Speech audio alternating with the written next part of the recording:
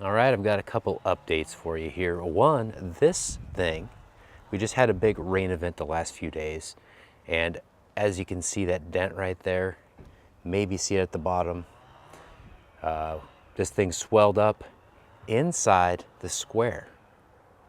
They're right next to it, there we are. And I had to use some force to get that thing out of there. Otherwise it was just gonna keep growing and pop, because when you have these things get full grown and you don't mess them up, and we'll get to that in a second, they get about like that, like a small little bowling ball.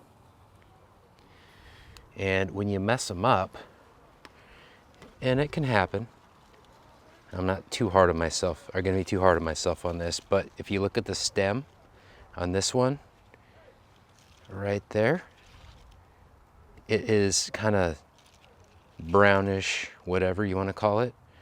I think I damaged the stem when I was placing this plastic container under this, because this was on the lip of my grow bag, and it went swinging back and forth, and I think I damaged the stem at that point, because it hasn't really grown any bigger since then. And yeah, so that is the update. I've got one more quick update for you in addition to this one, actually. Two, really. This one kind of plumped up a little bit, and we got another one right over here. Well, another two actually. Mainly this one, or three. So we've got some of these that got pollinated. We've had enough bees going around here. I did not have to hand pollinate these. And this one definitely has some potential with how it grew the last few days.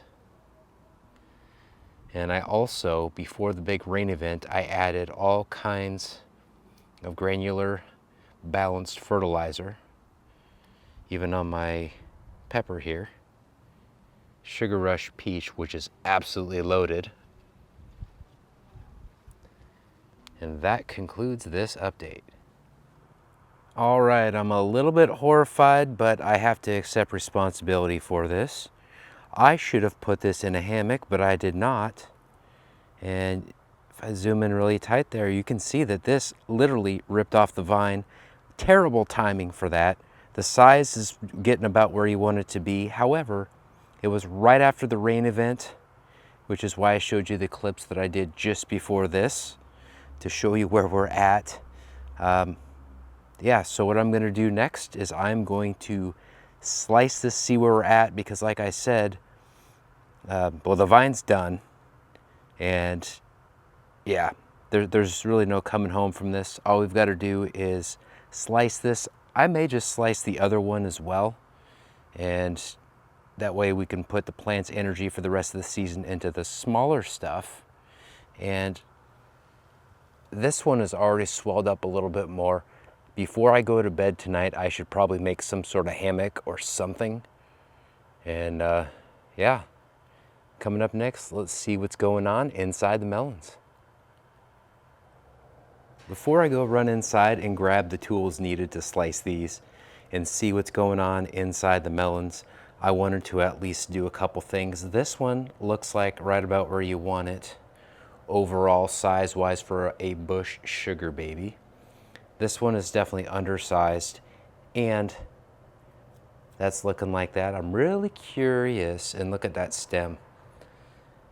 Yeah, we will see. I am so curious to see how good or bad these are gonna be. My guess is they're both gonna be watery, and the reason being is because you're supposed to let it dry out a good week before you harvest them. Well, nature harvested them for us here, and we're gonna find out how watery or not they are inside. So the first up is the smaller one. This feels really hard. So I am not optimistic that this is gonna have some redness inside, but let's give it a go. Gosh darn it, yep. That's green. Tiny bit of redness. Not what we're looking for. We want pinkish red. So, sound isn't bad.